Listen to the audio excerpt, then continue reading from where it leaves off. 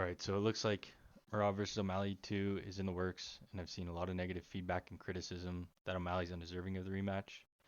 And while I do understand that with a division as deep as 135, there are a ton of matchups for Merab that everyone wants to see. And O'Malley's coming off a loss, so it kind of seems like he's getting that princess treatment.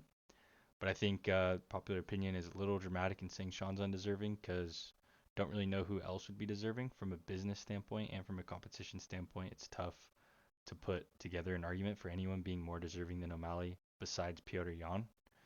One thing that we've seen a lot in the UFC over the past couple of years is people outside of the top five getting title shots like Steve Erceg and Khalil Roundtree. Um, and I'm personally in favor of staying away from that. If you have five dudes ready to go in the top five, you want to, get them ready and have them compete.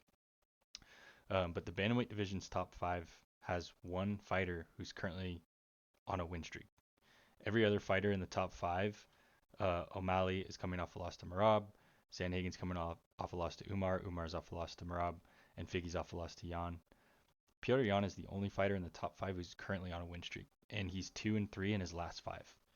So, I've seen tons of stuff out there with people heavily criticizing Sean getting this rematch. But when I look at the top 15 in the bantamweight division, I don't really see anyone more deserving. Outside of the top five, I think we should stay away from dudes outside the top five getting those shots.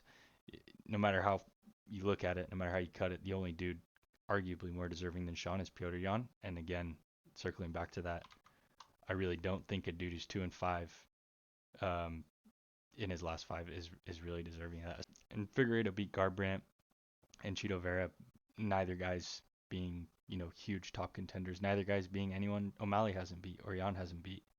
And O'Malley looked a lot better against Chito than Figueiredo did against Chito. So it's really tough for me to make an argument for anyone besides Jan. But again, it's tough to see a dude who goes 2-5 or 2-3 in his last five and give him that title shot. Yeah, from a business standpoint too, it's if there's any chance to milk O'Malley getting another title shot, now is the time. Now is the excuse before you put him through the gauntlet of rematching Jan or fighting Umar or fighting Corey Sandhagen. You give him one more title fight and milk the biggest draw in the 135-pound division. And I saw a video of a dude basically saying that Sean O'Malley is not considered a superstar, which I think is like pretty fair because I don't think he's a superstar if your criteria for a superstar is Conor McGregor, Charles Oliveira, Anderson Silva, John Jones types of dudes. Um, but I still don't think that's anything to take away from O'Malley because while he isn't in that superstar category of those S tier superstars, he's still a superstar relative to the 135-pound division. Any of the last champions of the 135-pound division, whether it's Aljamain Sterling, Merab, Dominic Cruz, TJ Dillashaw, none of those dudes were superstars. And none of those dudes would ever be really considered big draws or dudes you'd build a card solely around.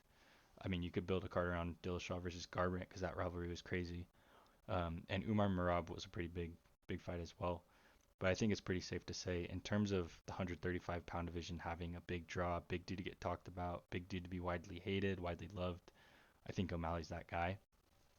And I think from a business standpoint, a lot of the people critiquing this matchup aren't really thinking about how little risk there is to giving O'Malley this fight because they gain nothing by making him fight another top contender and maybe never seeing him fight for the title again. Whereas they gain one more fight that they can kind of milk the attention O'Malley brings to the UFC and put another card around him or just use it to bolster another card.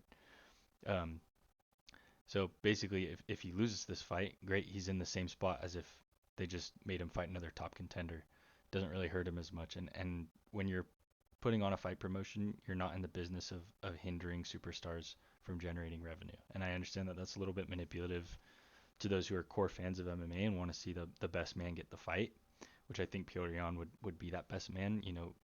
Win streak aside, Piotr Jan is probably the most skilled, interesting matchup besides Umar um, for Merab, and that's a rematch that I do want to see, and I'm sure we will see one day. But again, from a business standpoint, I think it's tough not to want to factor in the business side of promoting fights, and I think O'Malley is the biggest draw, and Merab versus O'Malley is still the biggest fight to make at 135.